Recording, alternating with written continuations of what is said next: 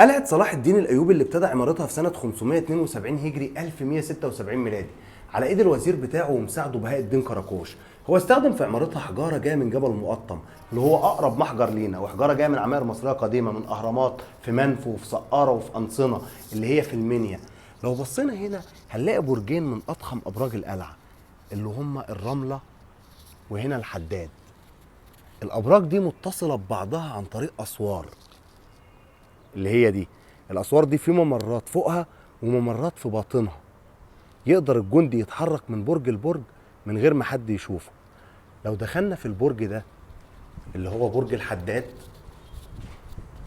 في نوافذ، النوافذ دي من كل نافذة يشوف مكان في القاهرة، ومن هنا بنشوف الممر اللي يودينا على البرج التاني.